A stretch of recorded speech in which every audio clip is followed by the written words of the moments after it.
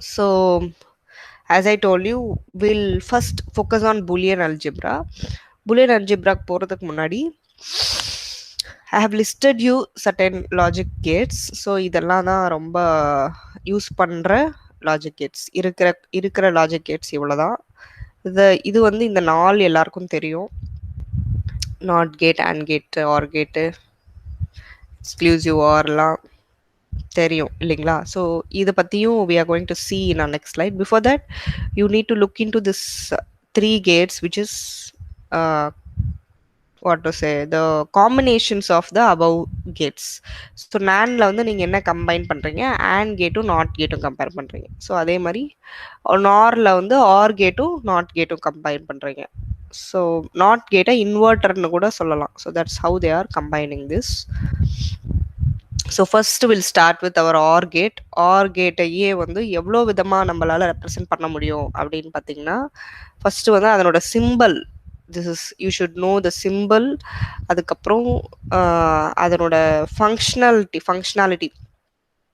எப்போ உங்களுக்கு வந்து அவுட்புட் 1 வரும் அப்படின்னு பார்த்தீங்கன்னா, அதை ஒரு ட்ரூத் டேபிள் வச்சு சொல்கிறாங்க. ட்ரூத் டேபிளில் இன்புட்ஸும் எப்படி இருக்கும், அவுட்புட் என்னவா இருக்கும் அப்படிங்கிற சொல்கிறது தான் ட்ரூத் டேபிள்.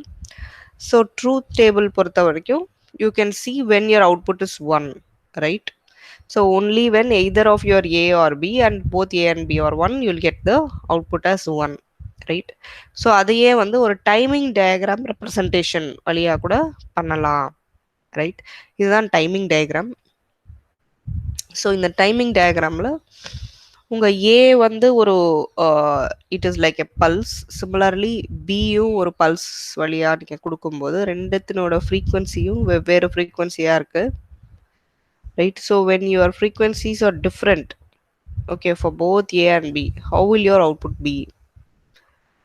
உங்கள் அவுட்புட் வந்து it should be the A plus B, right? இந்த லாஜிக்கை நீங்கள் அப்ளை பண்ணி அப்படியே நீங்கள் அவுட்புட்டை கொண்டு வந்து டைமிங் டயக்ராம் இந்த மாதிரி ஒரு பல்ஸ் ஃபார்மேட்டில் கூட காமிக்கலாம்.